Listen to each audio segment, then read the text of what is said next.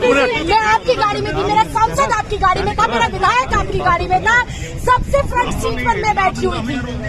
और ये कैसे आप लोग खाकी वर्दी पहन के हत्याएं करा सकते हैं, लोगों की हत्याएं, जान ले सकते हैं आप। यही कर रहे हैं आप लोग यहाँ, यही कर रहे हैं आप लोग। आप पे भरोसा करके हम लोग गए, सिर्फ आप पे भरोसा करता गई, आपके ऊपर भरोसा करके गए।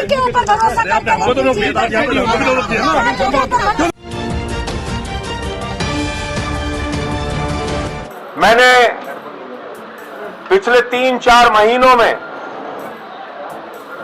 तमाम मुद्दों को लेकर लड़ाई लड़ी। जहां जहां अन्याय हुआ, अत्याचार हुआ, आवाज उठाई। हत्या की घटनाएं हुई, बलात्कार की घटनाएं हुई तो आवाज उठाई।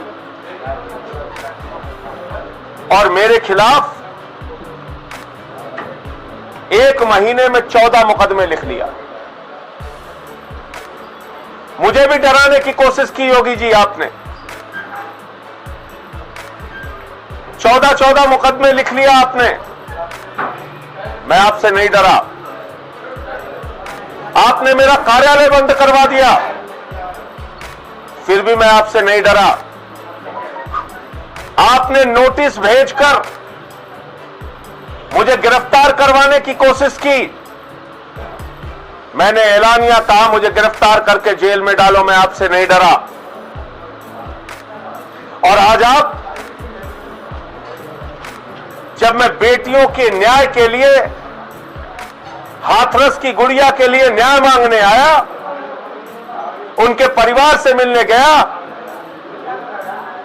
तो आपने ये कायराना हरकत कराई, ये हमला कराया।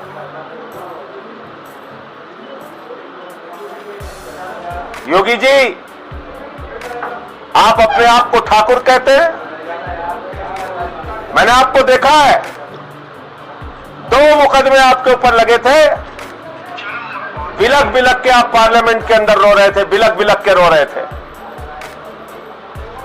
और आप पीछे से वार करते हैं। ये ठाकुरों का काम नहीं है। ये जो काम आपने किया है, ये आपने कायराना काम किया है, कायर होने का परिचय दिया है। अपनी काली करतूतों को इन काली स्याही के पीछे छुपाने का काम आपने किया है। लेकिन आपकी काली करतूतें जनता के सामने उजागर हो चुकी हैं। ये सच सामने आ चुका है कि आप दरिंदों के साथ खड़े हैं। आप क्या जानो योगी जी, बेटी का दर्द क्या होता है? आपको कैसे पता चलेगा जब आंचल फैला के चीख चीख के वो मार हो रही थी? एक बार चेहरा तो दिखा दो। आपने नहीं दिखाया। आपने उस बेटी के घर के आसपास के हिस्से को ऐसा हिस्सा बना रखा है जो हिंदुस्तान में है ही नहीं लगता है। कोई विपक्ष का नेता जाए, उसके ऊपर हमले कराते हो आप। किसी को धक्के मार के गिरवा देते हो, किसी पे लाठियां चलवाते हो। बर्बरता की सारी सीमाएं पार कर दी आपने। लेकिन मैं आपको बताना चाहता हूं योगी जी, आपके इन कायराना हरकतों से मैं डरने और रुकने वाला नहीं हूं। आप